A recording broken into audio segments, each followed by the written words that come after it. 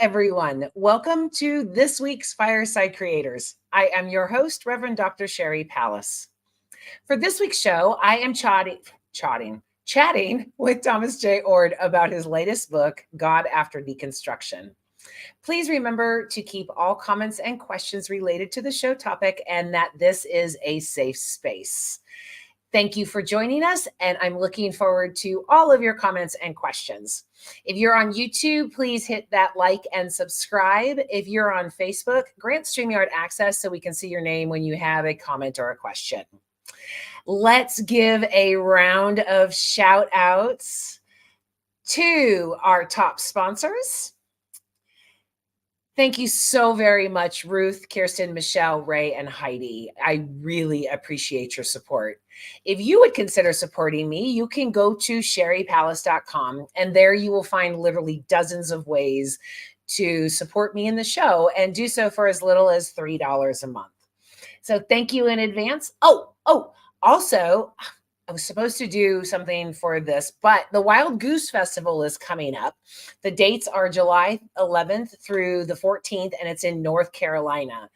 This year, I will be doing another live show from the Goose, and big announcement, they are throwing me a book launch party. So I'm going to share, I haven't posted this on social media yet, but I'm going to share it with you guys, my book cover. Look, there it is.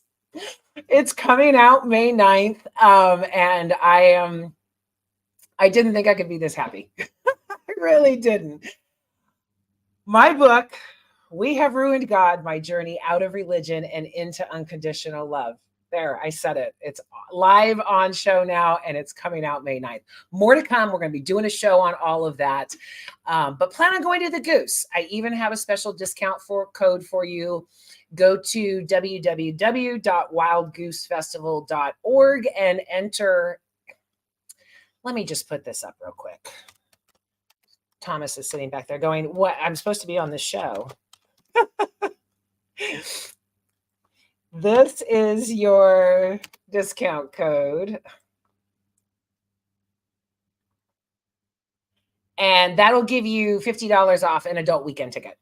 So, more to come on all of that, but thank you for welcoming us into your home and joining the conversation. Okay, so let's meet. You guys have already met him. He is a wonderful guest and has been on many times. But let me introduce you. Thomas J. Oord is a theologian, philosopher, and scholar of multidisciplinary studies. Oord directs the Center for Open and Relational Theology and doctoral students at Northwind Theological Seminary. He is a best-selling author and award-winning author who has written or edited more than 30 books. Welcome back, Tom. How are you? Doing well. I love that cover, like especially the pitchforks and the torches. It's like Sherry was running away from the crowd as she turned around and snapped the picture and then kept running. It's just, yeah. I mean, I love seeing people's expression when they look at it. I mean, it really gets the point across, right? It does. It does. I'm curious. Well, we can talk after the show how you got that image, but I can imagine using some Chat GPT or one of the other things could. It was a process. Okay. It was a process. We went. I mean, it was a whole process. There was actually 3 people involved to finally get to that image. But yeah, let's talk about yours. I do love this cover. I'm so glad. I just got it today, so I didn't have a chance to get into it or anything yet. But you and Tripp wrote this book together. Is that a first? Yeah, first time. Well, we've done projects together, but the first book we've done together. Yes. Awesome.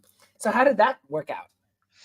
Well, actually, this is part of a bigger project called God After Deconstruction that has 3 major aspects. One is an online class, and Tripp has taken the vast majority of the lead in putting that together. Second part is some in-person events. We held one at Drew Seminary in February. We've got one coming up in Denver, April 12th and 13th. and that's called God After Deconstruction, and then another one in the fall, etc. But then the last part is the book, and I took the lead on the book, so I did the majority of the writing there, like Trip did the majority of putting the class together. Fantastic. So, what is your goal for this book? I mean, I know that you're trying to walk people through the chaos of deconstruction and when people are lost, but what do you really hope to gain from this? Well, we're responding to some needs and some, well, what's the right word? We're responding to some ways people, I think, are going about deconstruction wrong. So, Okay. like, And how's that? there's one group of people who are basically calling deconstruction of the devil. And a good example of this is a recent book by Barnett and Childers, in which it's called The Deconstruction of Christianity, and their whole text is, just let's return to the Word of God. And That was um, so upsetting. It was, I mean, I yeah. watched that book like it with anxious going like, okay, it's coming out, it's coming out. And I actually thought it was going to be a bit of competition for me. uh, no, I don't think so. No, I mean, the dismissiveness, Yeah. it's all on you, it's not on us. I mean, all of that is why people are leaving. Exactly. Yeah.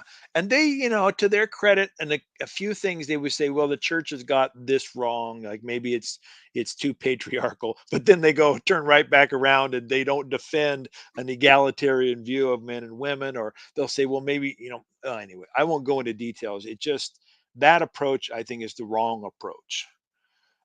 Another approach I isn't think it's quite, gaslighting. yeah, yeah, I think it is too. Another approach isn't quite as extreme as that, but it basically says it admits that the church has done some things wrong, that there are some theological ideas that don't make sense, but it just asks you to kind of tweak some things, Mhm. just like, okay, maybe penal substitutionary atonement isn't a good way to think about what Jesus did. But if you kind of look at it like from this Yeah. direction and squint your eyes, it really does make sense. Yeah. And that doesn't satisfy me either. No. Now, The on the apologetics is just justification in my book. yeah, I mean, yeah, not literally in my book, in my frame of mind. yeah, you're gonna have to be careful with that phrase I now. do. But then on the other hand, Trip and I actually still believe in God, even though we've gone through deconstruction. But the God we believe in is very different Yeah. from the one that people are leaving. And so part of our audience was to say, there actually is a vision of the divine that can make sense of our deepest moral intuitions, that matches with the best in the sciences and humanities, that is not rationally incoherent, et cetera, et cetera. And we'd like to try to present that vision in non-technical, non-academic language. And so we go through 9 different legitimate reasons people deconstruct, and then provide what we call an open relational view of God and the world that responds to those 9 reasons. Yeah, I mean, I one of my launch team members really challenged me on the fact that I was addressing scripture that was full of errors and contradictions, but then also using scripture to justify my point. Mm, And I told her that I didn't ever think that we should completely demonize anything. yeah. And I always use Joel Osteen as an example because that man has very little redeeming qualities in my book, but he occasionally says some really good stuff. Yeah, So, yeah. you can hold on to the good stuff. And for me, whenever I look at it, anything now, I look at it through the lens of love. Yeah, me So too. yeah, love doesn't say, go invade another country. Love doesn't say kill disrespectful kids.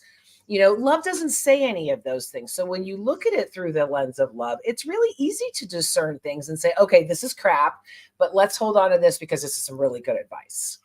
I'm totally with you, which is why for me, love is more important than the Bible. Oh, I totally. interpret Yeah, the Bible through love, and I exactly. can look at scripture and say, man, that's some really powerful, excellent things, but there's some other parts that I just can't buy, and it's crap. Yeah. And so it would be very difficult, it seems to me, for a person to appeal to any person, book, or tradition and have to only find the perfect person, book, or tradition, because I don't think those exist. Don't they assert that though? I mean, that's where they fail, is when they say we're the best and we're, we're the right ones, and never, and then when people go, well, you're not, then the trust goes away, then all of those things. I mean, thinking of ourselves as fallible, as opposed to infallible, I think is a start to say, okay, we don't need to be black or white. They're the grays in the middle. We can keep the good stuff, throw out the shit, keep the good stuff, and grow from there. Yeah, that's my hope.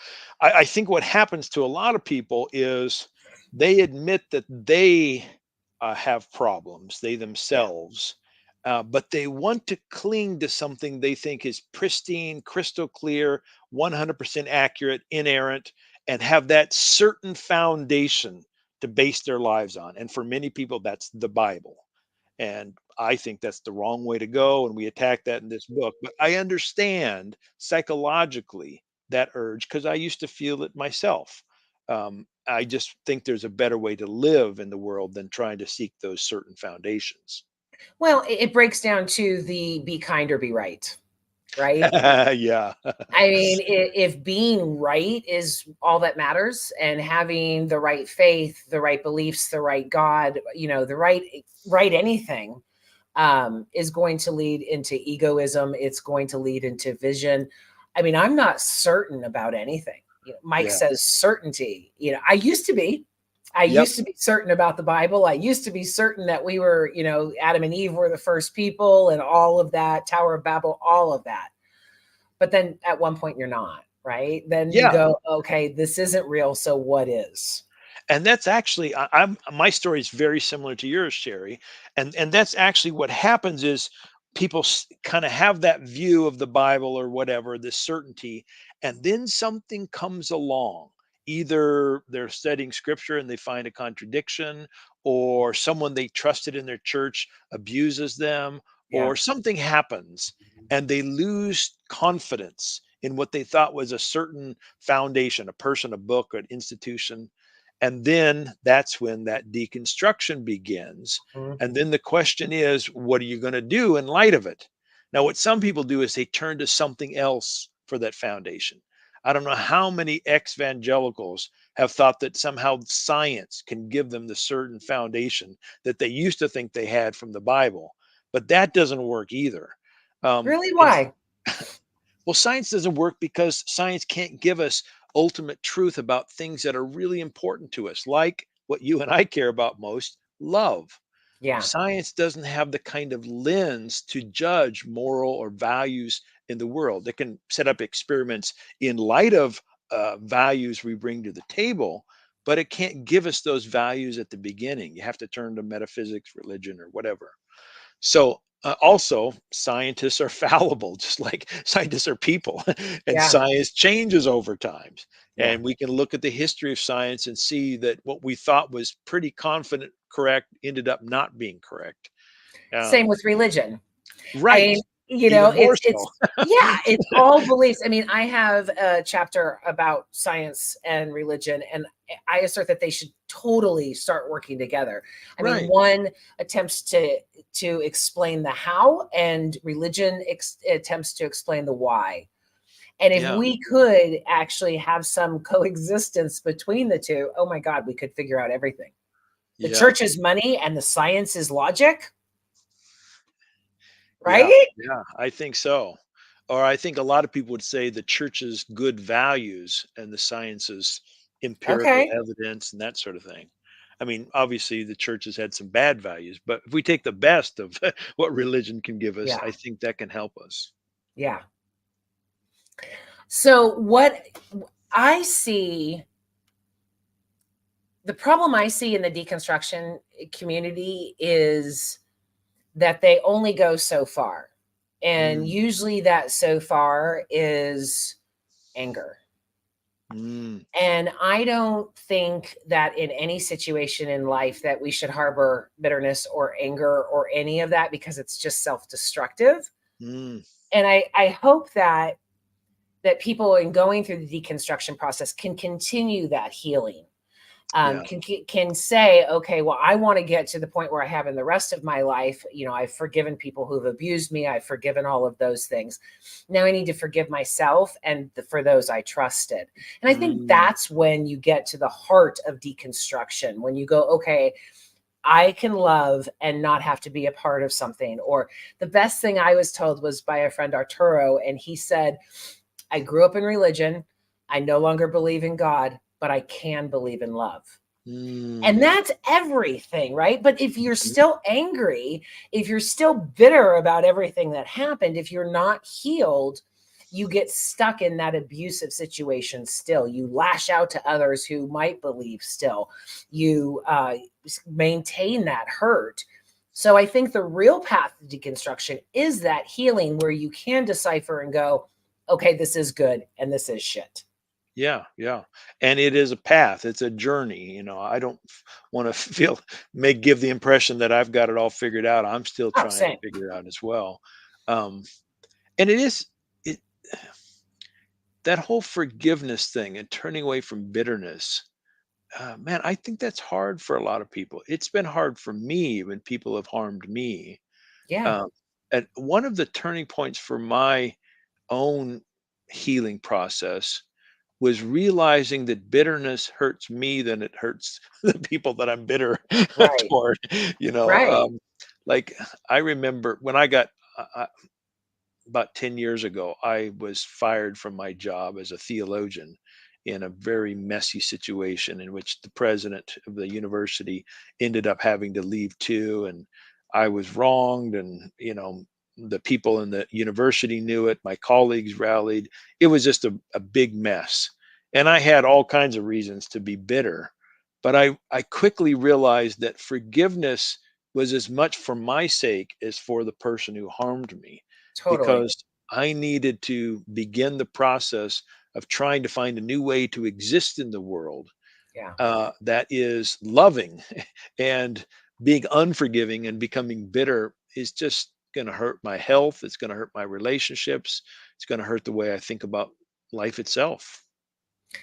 It's really hard. I mean, Mike Zanker is watching the show and he's been the one that's commenting everything. And I've had him on a couple times to talk about forgiveness because it is so hard. And society tells us it's for them as opposed to us. But what we have to, I think, look at forgiveness on all levels. Like, we don't even think that, oh crap, we probably should forgive the church for steering us wrong. We should forgive these pastors. I had to go through a huge thing with my mother. She disowned me. She did all of these things in the name of God. And I had to get to a place where I could say she was doing her best. Mm, Not how much she hurt me, not because I don't think she ever intentionally hurt me. I think my father did. But my mm, mother, I don't think she ever, she was trying to do what was right. And she believed what the church said. It was so harmful. It was abusive, mm. but I don't think that was her intention. She was still trying to do it right. And that enabled me to forgive her. Yeah. But you need to forgive all of those people in order to heal and in order to move beyond the deconstruction pattern. Because if you don't, you're going to get stuck into another cluster. I'm going to watch my language, cluster, and still not be able to grow. You're going from one bad situation to another, and this time it's only you.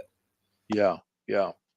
There was also another dimension that for me was pretty easy because of some previous theological work I've done, but comes up often in the deconstruction stories that I read as I prepared and did research for this new book, God After Deconstruction.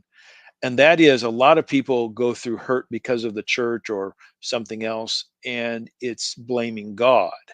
So they have a view of God in which God is either in control of everything or at least could be in control, and God occasionally does step in and fix stuff, heal some people and not others or whatever. And with that view of God's power, omnipotence, it I can understand why people would be pissed at God for allowing or causing the crap that they've gone through. But since I don't have that view of God, I've given up on omnipotence. I think God's love is uncontrolling. that wasn't an obstacle in the way that it is for many, many people who deconstruct. That was one of the catalysts in my process, was realizing that I was a better person than the God that I had been worshiping. Yeah. I I mean, partying every weekend, single mom, and I was still a better person than what this was. So, Yep. and it the title of my book is what it is because that was something that was so awakening to me, to realize Mm. that we have been blaming God for everything when it's really man who's the one. Yeah. Humans are the ones that are describing this and conjuring this and making all of these societal norms, and God's just sitting in the back there going, I didn't say any of this shit. Yeah. I just want you guys to love each other. Right. Being able to take the blame, as well as the rhetoric, the damaged theology, all of those things, and to separate it from God, that was a huge mark for me. And it Yeah. also enabled me to restructure what I view of God. Threw the whole thing out for many years. But science, which is why I asked you the question, science brought me back to God. Good. When I was able to see that the energy of love is unchanging, it just goes Mm. into different forces. It's like, that's what God is. God is that Mm. energy. Either we bring it in and access it. And that answered the question for me as to why does God allow babies to die? That was a huge thing in the beginning of, okay, I'm going to answer this question. And then it boils down to us. It's all on us. Either we Right. bring that love in, either we tap into that love, or we don't. Yeah. It's not on God, it's on us. And there are a lot of people who deconstruct and or in the midst of deconstructing for they don't make that turn that you've just alluded to Mm, and that I've also talked about because for them the God word is so damaged by yeah. what they've been taught they think it's irredeemable. You can't salvage the God stuff. Yeah. And then what they end up with, it seems to me, is uh, these deep intuitions about beauty, truth, love, excellence, but not a very good framework to make sense of them. Okay. And what I'm trying to do, and Tripp and I in this book, is to say, those deep intuitions you still have, Mm. maybe you can attribute them to God as the source and inspiration, but not the God you were taught when you were in Sunday school or at the church or wherever you were at. This is a God who is a universal spirit of love, who's uncontrolling and fits what's we think is the best part of Scripture, but doesn't fit the crap in Scripture. So, in other words, we're kind of making an apologetic in this book, apologetic in the broad sense, to salvage the God word. And that's going to be hard for some people, I think, to swallow because I of their use quotations in my book because it is so broad, right? yeah, I mean, so many people, they have a good or bad feeling, and it ranges everywhere in between. yeah, So, I mean, just the perspective, I look at it as kind of like, I'm not going to bring politics in it because that would be my analogy but rumors, right? If mm, you believe rumors about someone with never meeting them, and then you finally meet them and you're like, you're nothing like anybody else said you were. yeah, That's the way, I mean, even down to, the great, most yeah, simplistic forms. And I used the politic comment was, I used to say the same thing about Hillary. Everybody's so upset about what everybody says about Hillary, but not what she's actually done. yeah, And we do that with everything. We humanize things, we want to control things, and we always want to say, well, I know best. yeah, That's why if it's not with love, it's not. I mean, that was just like, I can really be black and white about this. If you want me to put a line in the sand, then it's going to be for love. If I yeah, err, then my bad. yep. I like to say that when I was younger, I identified as a Christian and then tried to figure out how love fit into that. Oh, Now I yeah. identify as a lover and then tries to figure out how Christianity fits into that. So love I would be my love thing. that. I think it's Yeah. Jesus' way of looking at things. I think that's what Jesus would have Yeah. said. But Yeah. I want to go back to the God word just for a second. Okay. Um, have you ever engaged with a woman named Kathy Escobar and her work? She wrote a No, it book doesn't sound called familiar. She wrote a book called Faith Shift that was a Okay. pretty big deal. And it's based on lots and lots of testimonies and empirical work. And in that book, she says, although tons of people have deconstructed, most of them walked away from church, she says the vast majority still say they believe in God. 70% actually, according to Pew Research. Yeah, the Pew thing, I was going to bring that up too. Yeah. So look, if all these people that Pew says that are nuns that don't check Mhm. any affiliation still say 70% say they Yeah. believe in God. If you're just being strategic as a articulate or as a person who wants to try to give a message of hope, you ought to try to figure out a way to salvage that God word, because 70% of your people are still into that. Now, what Yeah. you and I do is we say, let's start with love, a God of Yeah. love, or uncontrolling love. You have another word? Oh, unconditional love. Unconditional. Yeah. Yeah. And I think that's the right way to go, not only because I think that's who God is, but just strategically, that's the right way to go. Yeah, I mean, like I said, if I screw up by being too loving or too accepting, then, I would rather my legacy, if there is one, go down with she tried really hard to love instead of she was a fucking bitch. I just that's the way I look, I want to be left as. I mean, people take a lot of pleasure in being mean. I mean, that's why we have Twitter and all of those things. Uh, I don't think that gets anywhere. I don't think that that does anything for the planet or us or our brother or our neighbor or yeah, anything. But it's hard. It's simple, but it's hard. yeah. So, to get to that level to say, okay, I'm to the point where I can accept this. There's so many layers. So you have 9, you said. 9 reasons people deconstruct. You want me to rattle them off? Sure. I'll do Okay. the Vanna with the book. Yeah. Actually, you might need to help me because I'll probably forget I know. some of these. So you might have to turn to the table of contents here. There we go. All right. I So got first, it.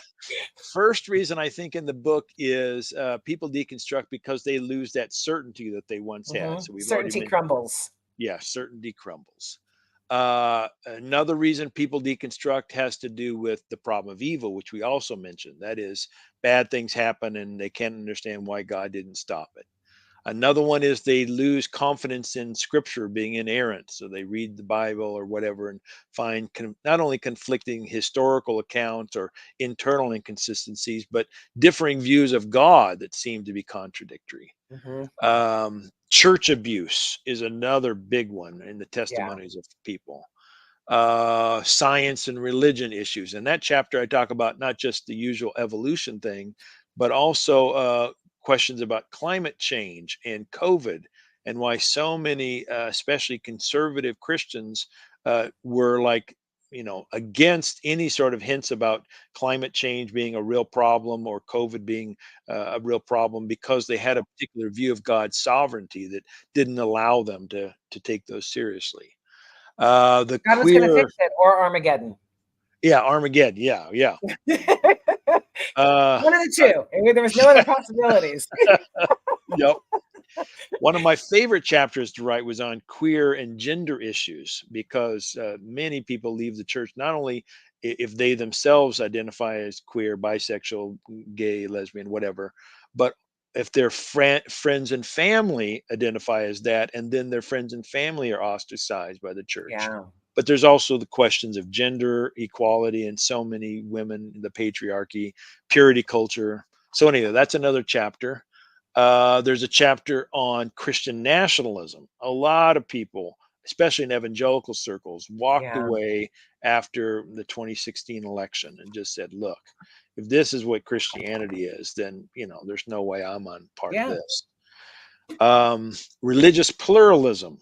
More and more people are getting to know folks from other traditions or Mhm. exploring other traditions and finding them beautiful and having wisdom. And then they can, when their pastor says, well, Christianity is the only way or Islam is the only way, then that they can't recognize or reconcile that. And then the last one, I think the last one is kind of like the first, and it's more general, and that is questions about our purpose in life or the purpose of life in general. If if God isn't in control, if God hasn't pre-decided everything, then does life have any meaning and purpose? And so people start to deconstruct when when they think life is meaningless. So there's the 9, I think. I think I got them all. Life being meaningless is overwhelming. Yeah. In the conversation that I had with that reviewer on the launch team, Mm.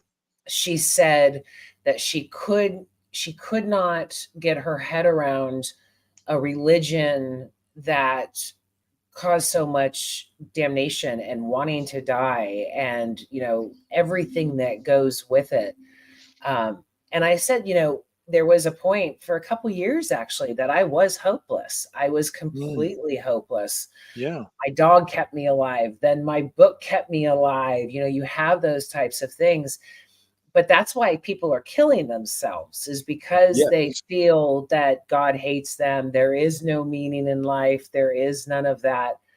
And I think all of our meaning is just trying to, it's so cliche. It's all over Facebook all the time, but we're just supposed to be walking each other home. I mean, Mhm. if our neighbor and helping each other out, being a community is not the meaning of life, I don't know what Mm. is. I mean, that's Yeah. everybody's meaning, right? Yeah. Yeah. Definitely. Yeah. By the way, in that chapter, I'm eager to hear your thoughts on it because we start with the Barbie movie. As I assume you've seen the Barbie Of movie, but course. at the end, when Barbie is talking to Ruth, the woman who invented her, Hmm. she says, something like, "I don't want to be one of the ideas. I want to be what makes the ideas." Yeah. And basically, it's a question about purpose. The Billie Eilish song, "What Was I Made For?" Yeah. And so I think that's a huge issue for a lot of people, and it leads, and it's an important one. One of the reasons why I think salvaging the God word matters, because it's hard for me to make sense of ultimate meaning and purpose if there isn't some kind of a lure of love at work in the world moment by moment, that is coaxing us, is wooing us Yeah. toward what's better, what's more beautiful, what's promotes well-being. And in my PhD's in comparative religion, and that in studying the main face, it made me so much more of a rounded person. It Hmm. took me out of my Christian mindset, which was really difficult with Hinduism. I mean, I kept looking for a top god Mm. forever, Yeah. and not realizing the democracy of it. And they have 300 million gods. But getting my mind out of the Christian concept and really delving into these faiths, each one taught me so much. Each one Mm. made me a better person in different aspects of my life. Jainism is my favorite because I think Yeah. that was the biggest change in my life, to really not only try and love my neighbor, but love everything on the planet. Yeah. I mean, they're a bit fanatical with, Yes, some of them sleeping are. and, Yeah. it's really hard. And I disagree with their whole thing on women and stuff like that, because no Yeah. religion is perfect because it's made by us. But each one, I mean, I don't think that I could ever be where I am now and knowing how to walk in love without all of them. Yeah. Yeah. I mean, Well, let me my atheist girlfriend as a teenager was a more of a moral compass for me than my church was. Is that right? Yeah. She was always the one going, "Sherry, that's not very nice." Like, what? What are you talking about? No one's Yeah. ever said that to me before. Yeah, she was my moral guide. Huh. Full on atheist. Well, since you have that comparative religion background, let me try on two of the big ideas in the chapter on religious pluralism, or many Okay. religions. Both of them, I'm guessing you've heard of, but we tweak both of them. So the first one is the classic story of the blindfolded people who have them touch parts of the elephant. So the story usually is told that these they bring in an elephant and they blindfold these people who've never seen an elephant. One touches the tusk, one touches a leg, a belly, a tail, the what's it called, the snout. That's not the snout. What's it called? Trunk. Anyway, what's that? The trunk. Trunk, that's what I'm looking for, yes. And, of course, as they describe what they're touching, they give very different descriptions. And the moral of the story is that religions give different descriptions of reality because they only have a particular part of reality. But reality Mm. is the whole elephant. Okay, that's the moral, a good moral. But what we say in the book is maybe we should take another step and say not only do people touch different parts of the elephant, but the elephant is moving. In fact, the elephant is running. And what we mean by that is that each of the religions also change. So instead of thinking of Christianity, Islam, Jainism, Buddhism, whatever, as these timeless traditions that you have to conserve their core essences, but So each true. one of them changes over time. What Christianity looks like today in its most dominant forms just isn't what it looked like 1,000 years ago. No. And so if you keep that in mind, there's also a dimension there that fits the open relational vision of God and time being central, etc. So that's the first one. What do you think of that? I especially the running part, because Yeah, I that's what I think meant. one of the biggest problems in religion is basing our current thoughts on ancient ignorance. Mm, yeah. So to have that running model, I like that because it does change. The way that I equate it is an Venn diagram. If we took all of the religions, they would all intersect at love, and Mm, it's said differently in every single faith, but let go, surrender. Look, thy will be done, O Lord. The flow of the universe, all of those things, hmm those are the two central tenets with everything. So mm. when you focus just on those two, then I think you can step back and see the whole elephant and maybe try and run after Yeah, I like it. I like it. it. All right, so let me give you the second Okay. big idea in that one, or big metaphor. Also common in religious pluralism discussions is the idea of many paths up the mountain. And Hmm. so the idea is, Christianity has a path, Buddhism has a path, Jainism. But when you get to the top of the mountain, you discover that you are all actually heading toward the same thing. Yeah. Well, we suggest that's the wrong way to think. We Okay. should think instead that there are many different mountains and that these religions aren't actually all aiming at the same thing. Maybe in really general, the same thing, but the specifics, they're really aiming at different things. This is sometimes called deep religious pluralism. Like And you what? can, so like, well, the goal of Buddhists, of at least some Buddhism, Mahayana Buddhism, for instance, is emptiness, a loss of self. But Lack of that's, attachment. Yeah. yeah, lack of attachment. But there's a strong Christian traditions that says it's the right kind of attachment, not lack of attachment. You have to be attached rightly to things, not wrongly. Or take Hinduism and its many gods, as you mentioned earlier. Well, that's obviously in conflict with a monotheistic, at least Hmm. most monotheisms, and that's not necessarily a bad thing if we understand the many gods of Hinduism as pointing toward the plurality of the universe, which I think is a fundamental truth that Yeah. sometimes in the monotheistic traditions is not appreciated because everything sort of melts into the one and the pluralism is discounted. So this way of thinking doesn't mean then that there is like Christianity's got all the truth and the other ones don't, or Jainism has all the truth and whatever. It means that each of these traditions is really pointing towards something that's crucial, and you can bring them together into one sort of conglomerate, or you can privilege one and then appreciate the values of the others, but they're not all doing the exact same thing. You'll have to Well, read it I to I really I think. I I would push back a little bit on that to say that they're all trying to get us to love each other. They may have it differently, and while you were saying that, I was like, "Okay, there's different mountains all over this world." Yeah, People can climb different mountains. As long as it's based in love, I don't care what you believe. If yeah, you're looking at dividing, I totally diminish it to shampoo, saying, you obviously would or would not use a different shampoo than I would, if you even yeah, use shampoo. But no one tells me that this one shampoo is the best one to do, because that's what's going to work for all of us. So if we can say that different foods are okay, different shampoos, shoes, fashion, all of those things, but the can't with a God, that's when we just break down and we start fighting. Because if everything is so pluralistic, there is not one thing of anything in our known universe. There's always two, or more. All does not exist in our universe. So to say that one belief in this God is the right one, it just can't be. It just can't be. It's like saying that English is the right language. No. Yeah. Well, I'm very amenable to thinking that love unites the various religions.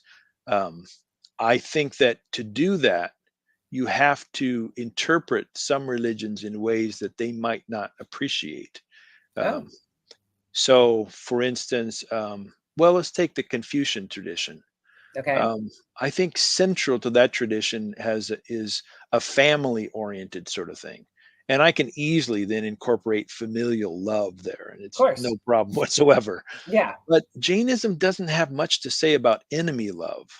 Neither does Judaism, actually. In fact, oh, I should do a plug for my friend. Uh, Rabbi Shai Held has a new book out called "Judaism is about Love," Oh, and he nice. addresses some of this stuff. Um, so it could be that I can look at various religious traditions and see love as if not central, at least important. But people in those traditions might not see it the same way. That doesn't make my perspective wrong. It The doesn't same make with their perspective. evangelicalism. I mean, evangelicalism thinks that disowning your disrespectful gay, um, Yeah, anything child is more godly. They think that's loving. exactly. Yeah, that's what I think is a distorted view of Yeah. love. Yeah. Um, so anyway, that's the proposal. If maybe you won't buy it, but give it a shot when I when you will. read I will that stuff. definitely look into it. I mean, for me, religion now is like a buffet. Mm, mm, It's no longer my only meal, but I can go and I can say, okay, I really appreciate this in Islam. I really appreciate this in Judaism. And then to bring it all together. I don't think that anybody's right. I think they all have really good ideas and yeah, some really bad shit. Again, raping women, killing children, all of these things, it's and then saying God.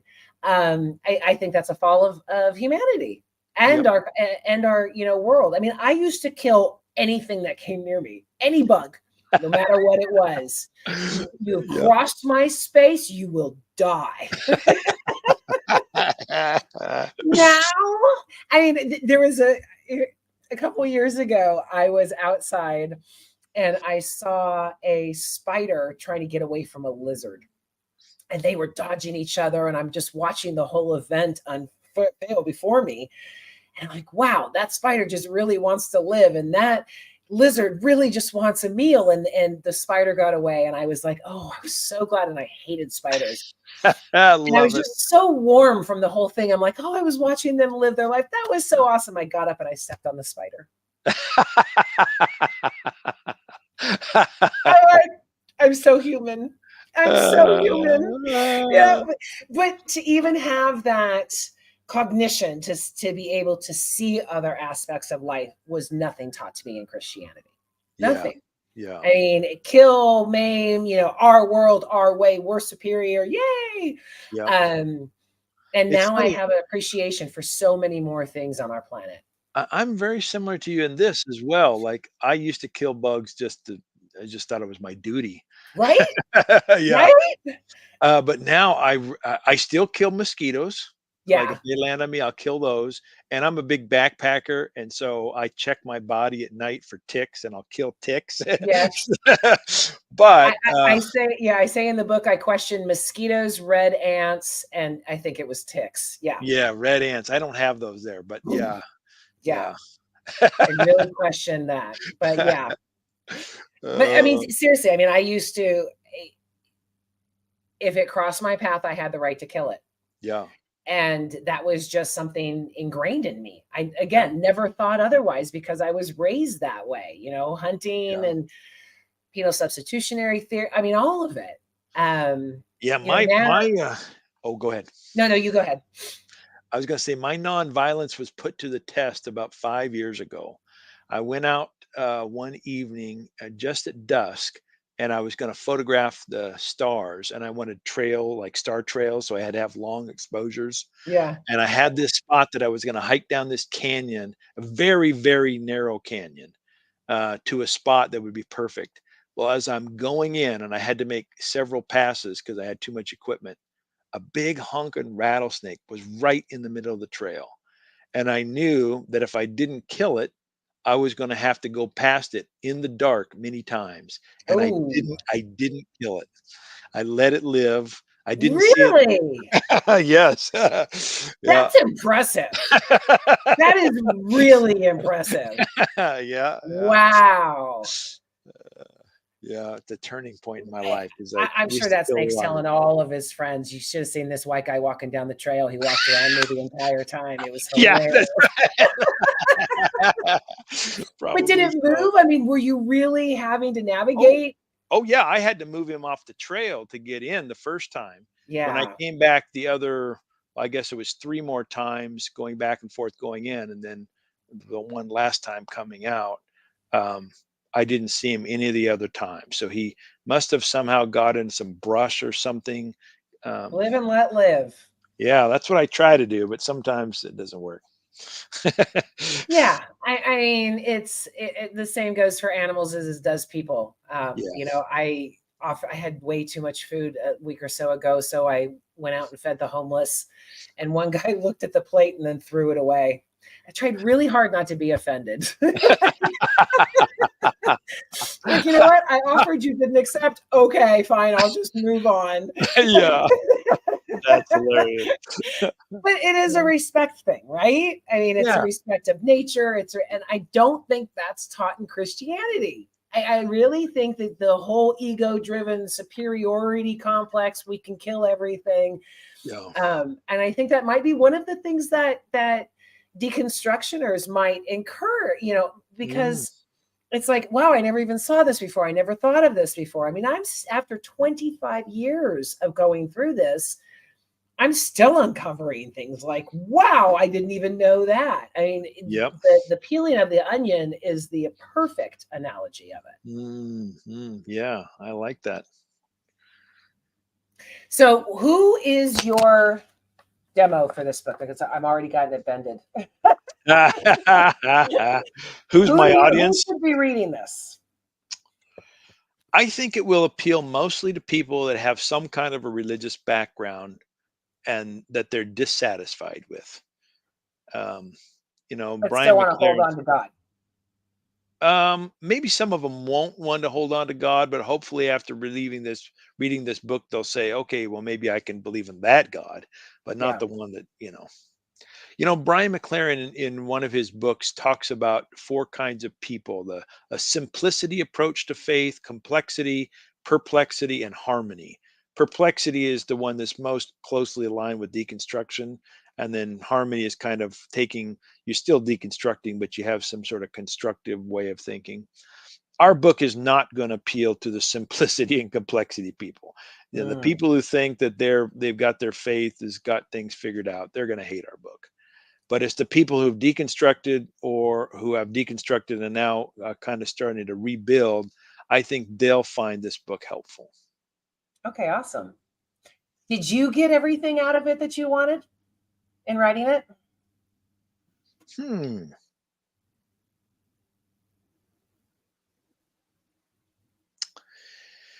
This book was hard for me to write because it's 9 chapters and I could write a book on all 9 chapters.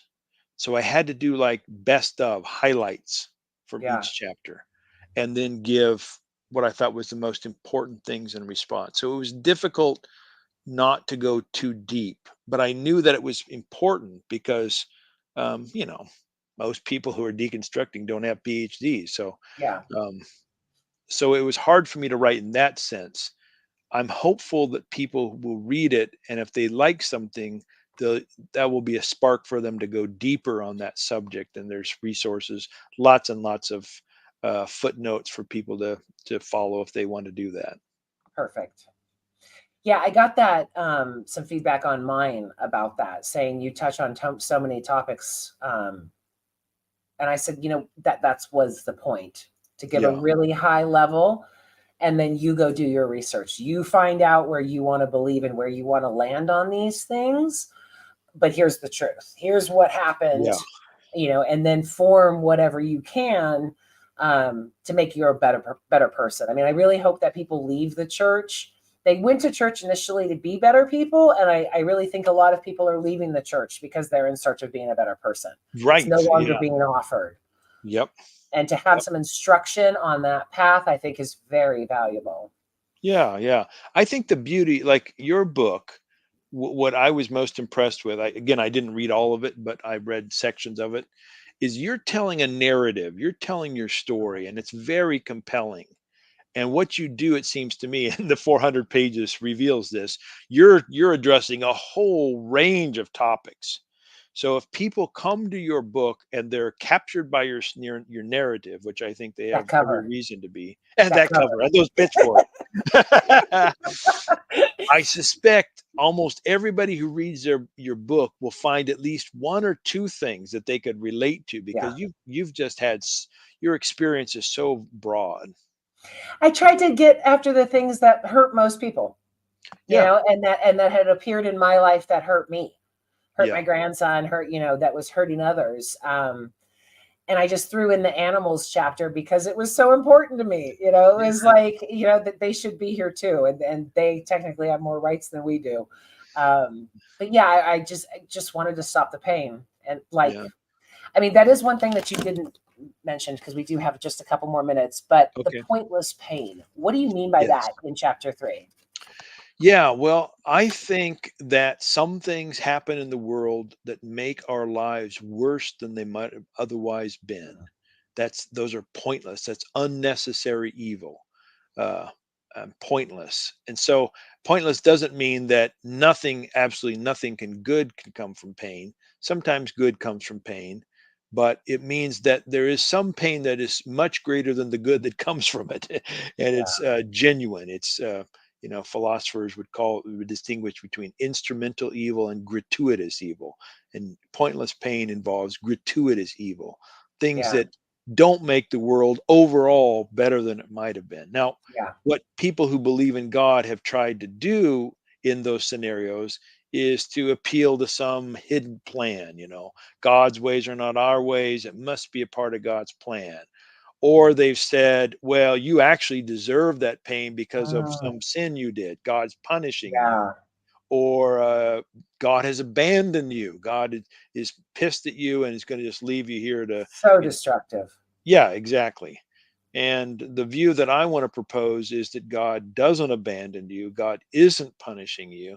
These things aren't a part of some mysterious plan that God has predetermined, but God is present with you, suffering with you, and calling and trying to squeeze whatever good can be squeezed from the bad God didn't cause or even allow, as if God was, I don't believe that God is all powerful in the sense of being omnipotent.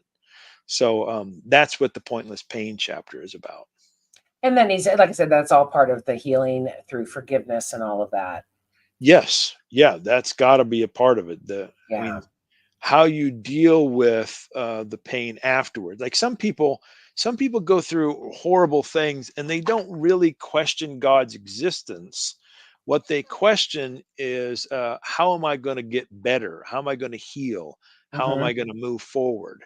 And I think believing in a God of love who's active in all times and places and calling us and all of creation to what's better is a framework to understand that healing, forgiving kind of process. Exactly. It is always great talking to you. I love talking to you, Sherry. Thank you so much for coming on. Any final words, and where can people find you? Uh, Final words. I know what I'm going to do. You mentioned Uh, earlier about living a life of love. Yeah. I'm in the midst of writing a song. I'm going Are to you read now? you. Yes, Okay.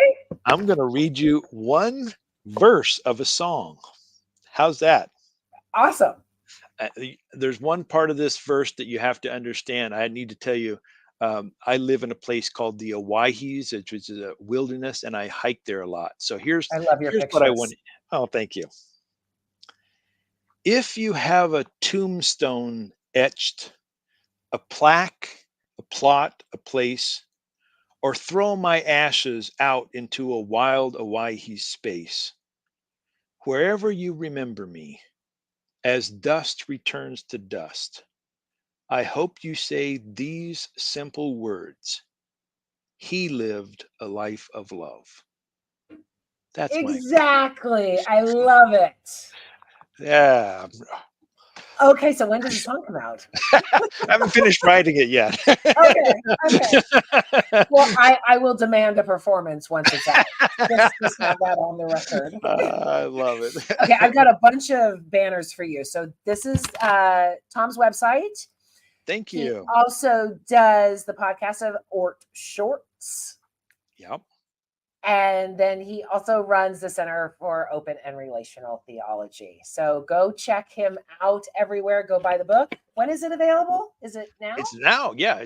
Today is Okay, actually cool. the official launch day. So this worked out perfect. Perfect. Awesome. Well, congratulations to you and Trip. And I'm going to send you backstage so I can close the show. Thanks again. All right. Thanks, Sherry. Another great show. I just love talking to brilliant people and doing who are doing amazing things to try and make this world a better place. I hope you enjoyed the show. Share it, subscribe, all that good stuff. We are going to the VIP lounge to talk a little bit more in detail and have some friends coming on.